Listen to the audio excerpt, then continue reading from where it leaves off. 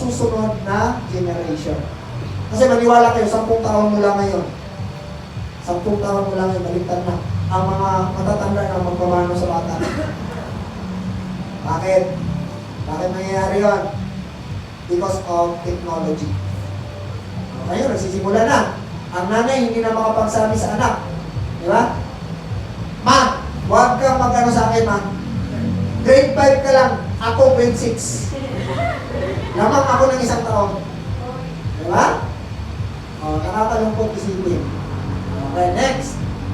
Yung D, okay, kailangan natin dito decision.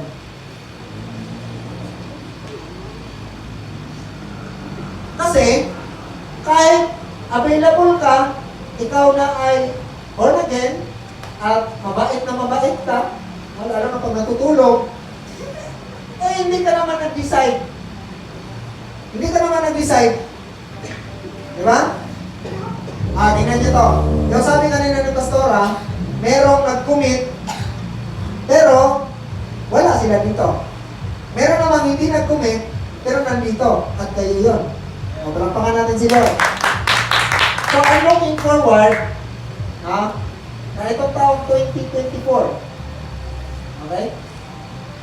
Decided ka na, magpapagamit ako kay Lord sa taong 2024. Ngayon, matapos ang taong 2024, bago matapos ang 2024, parang napagod ako sa ginagawa namin. Magpapaalam ako kay Pastor. Alam nyo? Okay?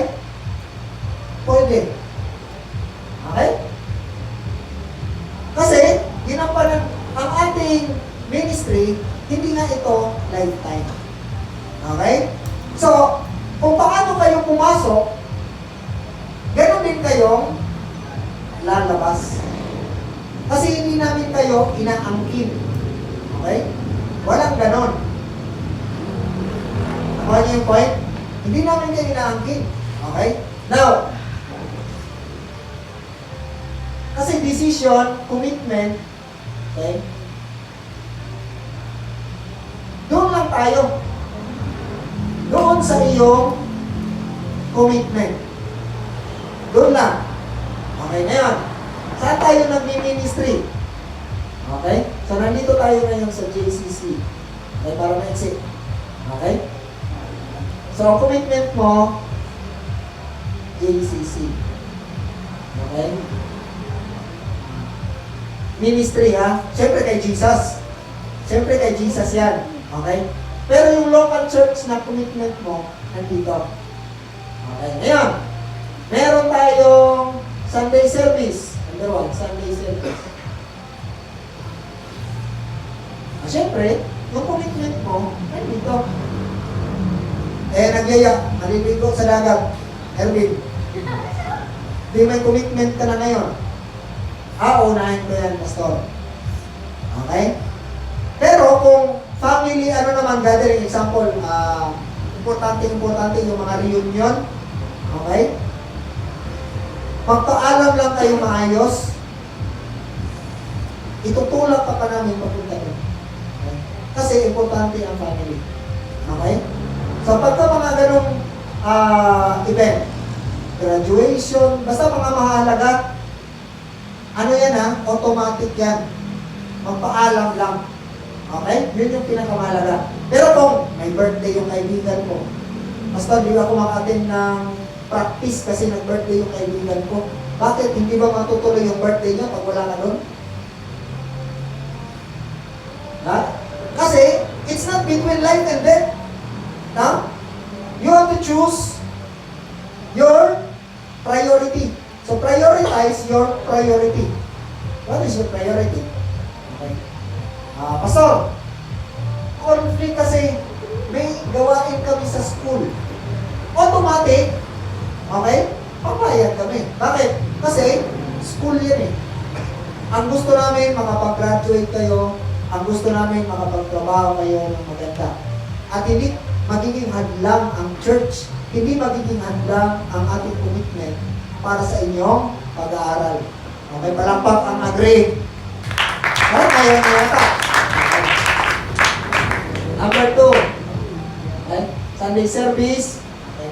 dito na tayo ng example na lang to. Bible study. So, ang pagkakaalam ko, magkakaroon ng Bible study. Tama ba? Sa inyo? Sister, Naomi?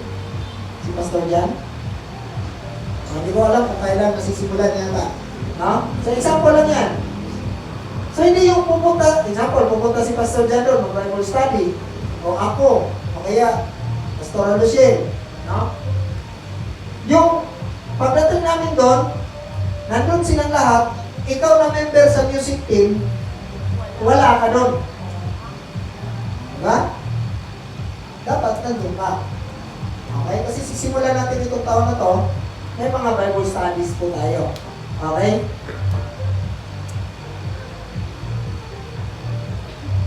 Number 3, syempre, Sunday service, Bible study. Dito na tayo sa discipleship. Okay.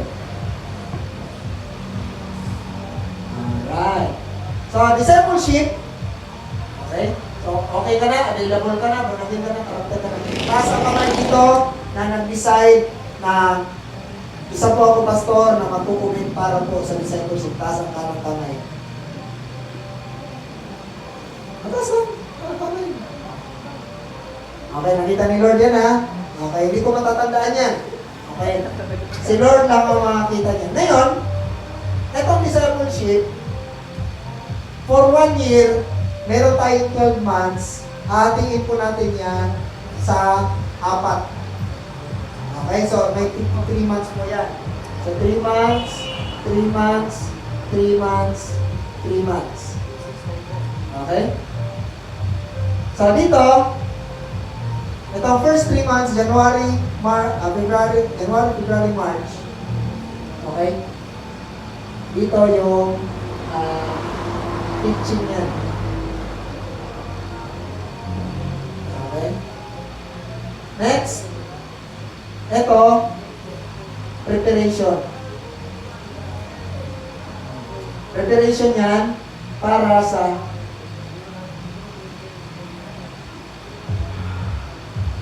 output. Okay? Tapos itong 3 months ito, okay? Ito yung pagpapatuloy. So, continuation, then evaluation. Picture na lang natin mamaya para may record tayo, no? Tapos send mo ulit kay Pastora. Ha? Para din natin makalimutan. Kasi baka mamaya, ano nga ba yung pinagsasabi ko? Diba? So, at least nandyan lang siya. Okay? Naka-record lang yan. So, Naka-video yan. okay. Proceed na tayo. Yung devotion, okay? Yun yung sinasabi ni Pastora na magkaroon tayo ng notebook. Okay? Dito na tayo. Number 2. So, I would suggest na magkaroon tayo ng notebook A at notebook B. Okay. Ano po itong notebook A? Ito ay para sa discipleship. Nalagyan ko lang natin sa discipleship. Ang notebook B ay para sa music.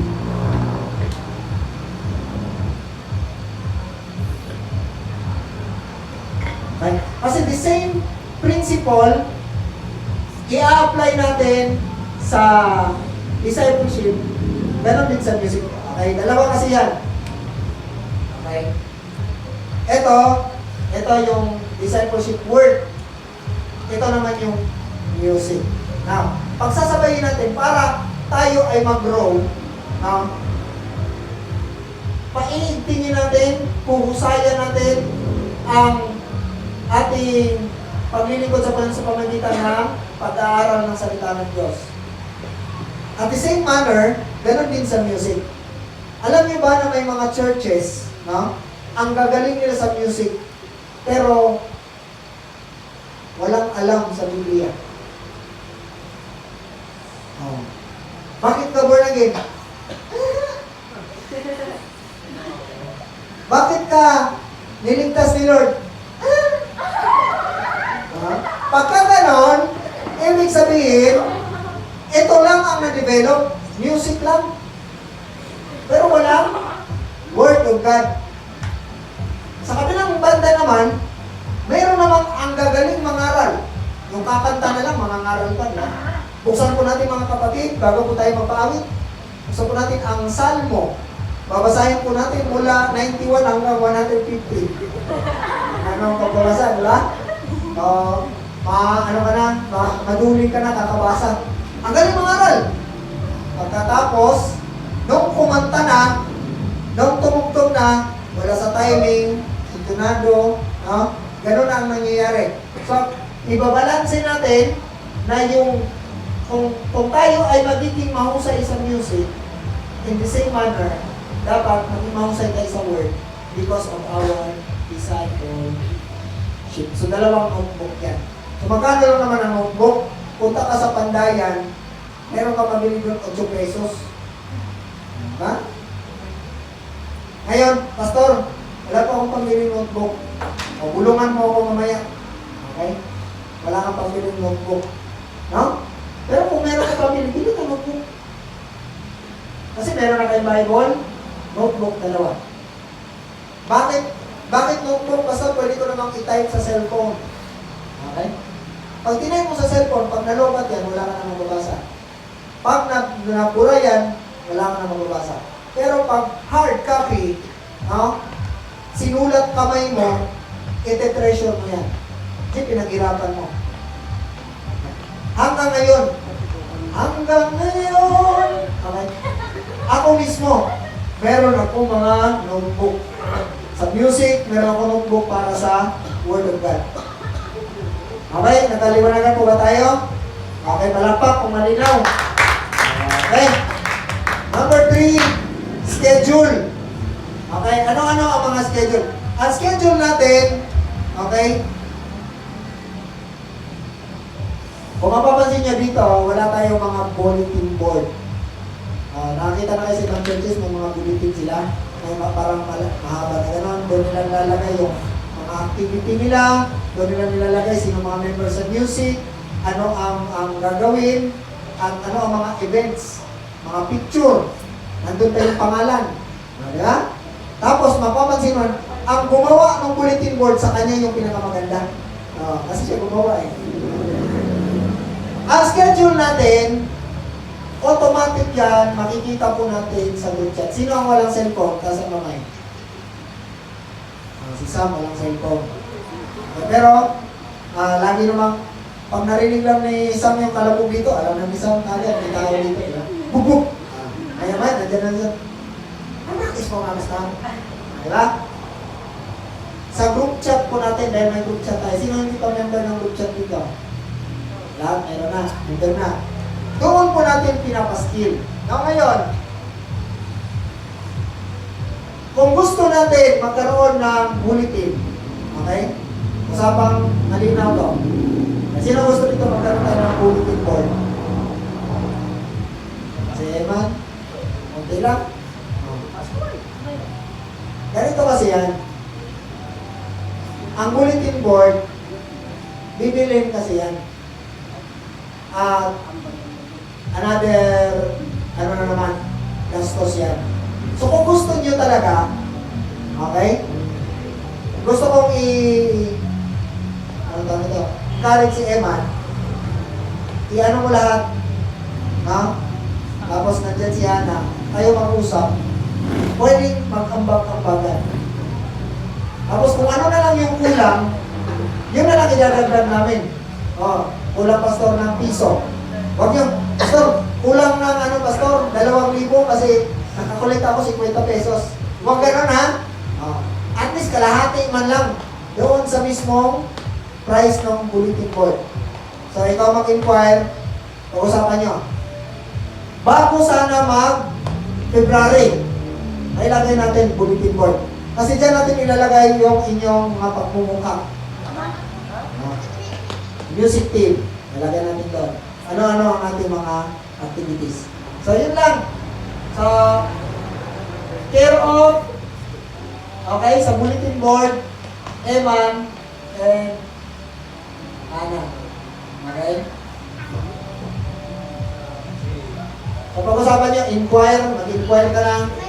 No, hindi kami ang mag-inquire. Hindi kami mag-inquire.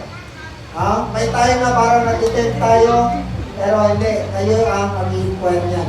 Bibigyan namin kayo ng responsibility para sa schedule. Okay? So, kung meron pa akong hindi nakatatakil, bibigay ko pa pastora.